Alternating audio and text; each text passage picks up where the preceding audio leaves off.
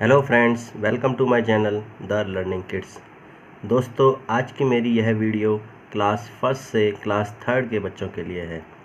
दोस्तों, आज की इस वीडियो में मैंने कुछ शेप्स के बारे में बताया गया है और उनकी क्या क्या प्रॉपर्टी होती है उसके बारे में बताया है। तो चलिए देखते हैं। सबसे पहले तो दोस्तों, जो ये शेप यहाँ दिखाई दे रही है इसको हम स्क्वायर बोलते हैं।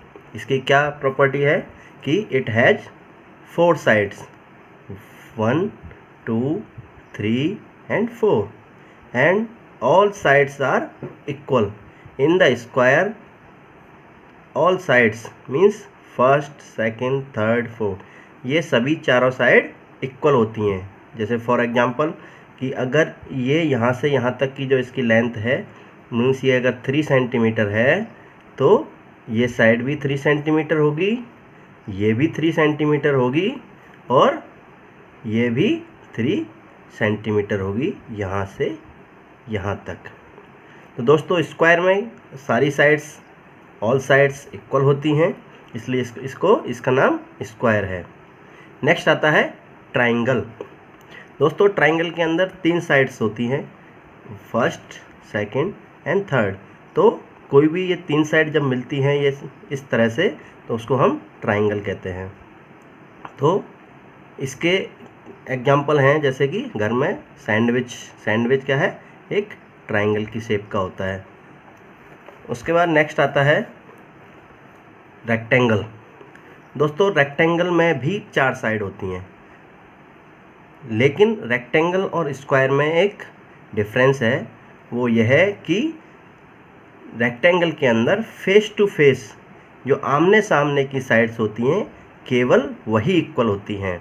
मीन्स अगर ये साइड अगर 3 सेंटीमीटर है तो ये भी 3 सेंटीमीटर होगी, ये दोनों साइड 3 सेंटीमीटर नहीं होंगी। अगर ये यहाँ से 6 सेंटीमीटर है तो इसके सामने की ये 6 सेंटीमीटर होगी।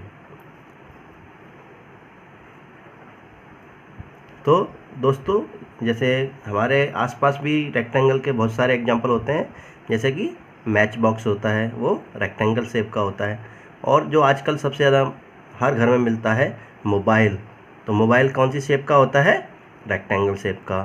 घर का डोर भी रेक्टेंगल शेप का होता है। ऐसे बहुत सारी चीज़ें होती हैं घर के अंदर जो रेक्टेंगल शेप की होती हैं। उसके बाद नेक्स्ट आता है सर्कल। इस शेप को हम सर्कल कहते हैं। तो सर्कल में एक भी साइड नहीं होती है और इसके एग्जाम्पल हैं जैसे साइकिल का टायर, कॉइन और भी बहुत सारी चीज़ें होती हैं जो सर्कल शेप की होती हैं। तो दोस्तों, जो हमारी सॉलिड शेप्स होती हैं उसके अंदर कुछ फेस, एज, कॉर्नर होते हैं। जैसे कि उनको कैसे दर्शाते हैं। तो दोस्तों, फेस क्या होता है? तो फेस होता है the flat surface of A solid shape is called its face. किसी भी सॉलिड शेप का जो फ्लैट सरफेस होता है उसको हम फेस कहते हैं। जैसे कि यहाँ मैंने एक क्यूबॉइड बनाया है, तो इसके ये फेस हैं जिसको मैंने 1 2 3 से लिखा है। तो जो क्यूबॉइड होता है उसके अंदर 6 फेसेस होते हैं। जैसे ये एक क्यूबॉइड है तो ये इसका पहला फेस हो गया, ये इसका दूसरा फेस हो गया, ये टॉप व्यू होता है, ये third phase, bottom is 4, right side का जो फेस होता है उसको हमने 5 से लिखा है और लेफ्ट साइड वाले को 6 से लिखा है। तो कोई भी क्यूबॉइड में 6 फेस होते हैं। नेक्स्ट आता है दोस्तों एज। तो दोस्तों, edge is where 2 faces meet. Edge हम उसे कहते हैं जब किसी सॉलिड शेप के 2 फेस जहाँ मिलते हैं उसे हम एज कहते हैं। नेक्स्ट आता है कॉर्नर।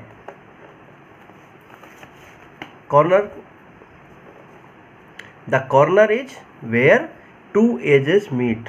दोस्तों, जहाँ पर किसी भी सॉलिड शेप के 2 एज मिलते हैं उसे हम कॉर्नर कहते हैं। तो दोस्तों, यहाँ पर मैंने एक सॉलिड शेप का एग्जांपल देने के लिए एक ब्रिक का इस्तेमाल किया है। ये एक क्यूबॉइड शेप का है।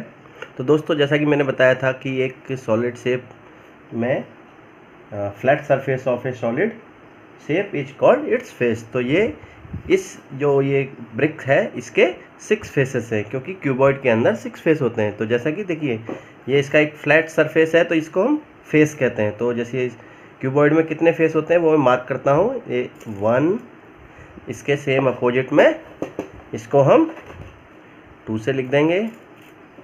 उसके बाद इसका जो राइट साइड है उसको हमने 3 लिख दिया है।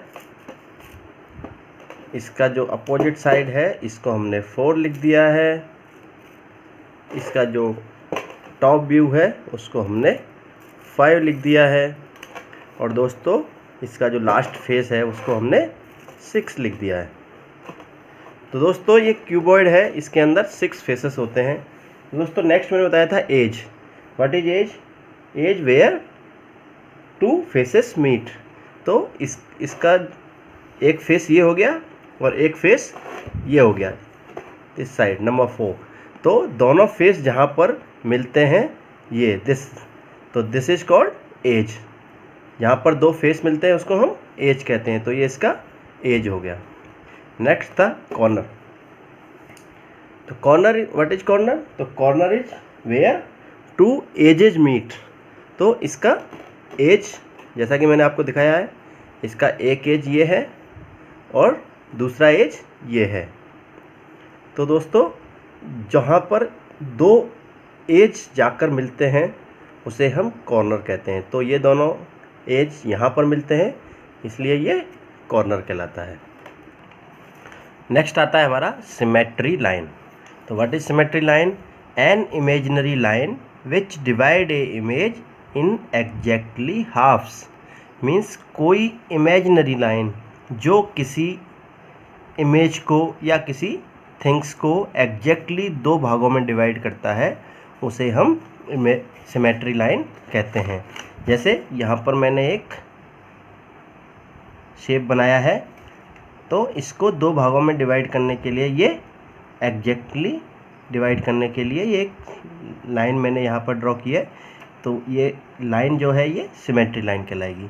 ऐसे ये एक ट्रायंगल है तो इस ट्रायंगल को ये लाइन 2 भागों में डिवाइड कर रही है एग्जैक्टली, इसलिए ये सिमेट्री लाइन होती है। सेम यहाँ मैंने सर्कल लिया है तो ये लाइन सिमेट्री लाइन है। तो जैसे ये एक पेपर है तो इस पेपर को एग्जैक्टली हाफ डिवाइड जिस लाइन ने किया है, इमेजिनरी लाइन मीन्स ये लाइन जो यहाँ पर दिखाई दे रही है, तो ये क्या, इसको हम इमेजिनरी लाइन कहेंगे।